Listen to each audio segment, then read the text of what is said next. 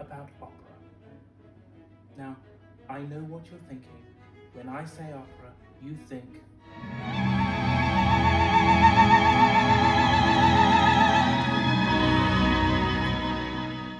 But I'm here to tell you, it's not all like that.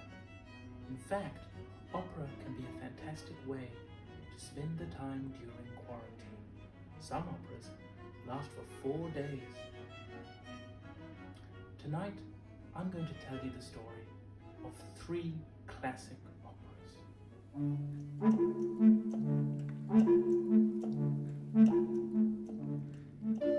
Carmen is a saucy little minx with some very shady connections to a bunch of gypsy bandits in the hills. Don José is a fine, blue-collar policeman who decides to give up his life of arresting joggers and cyclists out of love for Carmen. He then moves to join the bandits in the hills, and this all ends very poorly when Carmen decides to leave Don José for the talented and virile Escamillo, the bullfighter. So, José does the only thing a sane and rational man would do, and goes to the bullfight and murders Carmen in cold blood. It's all set to some very pretty French music.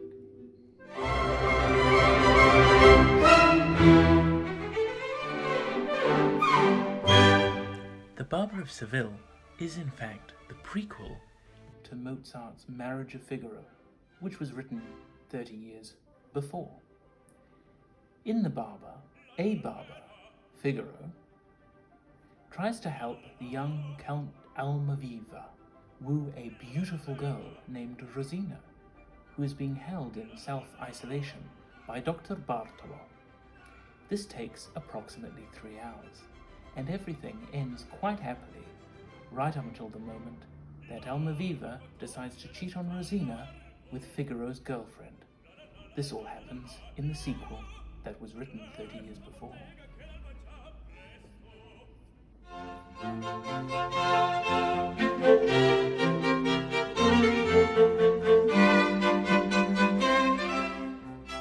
Don Giovanni is the ultimate #MeToo opera. It revolves around a young libertine who has very real issues with the concepts of consent and social distancing.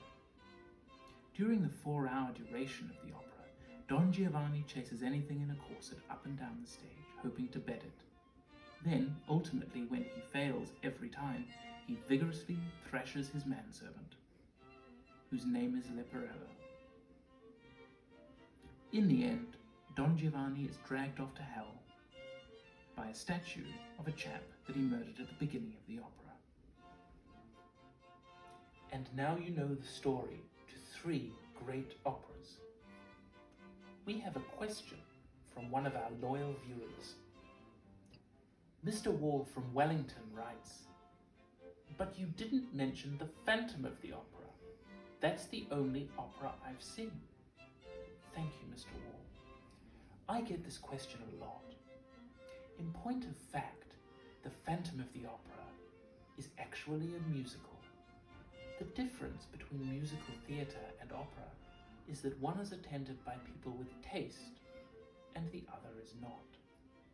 So, if you prefer Les Mis to Les Troyens and Weber to Weber, may I suggest that musical theatre is probably more your level.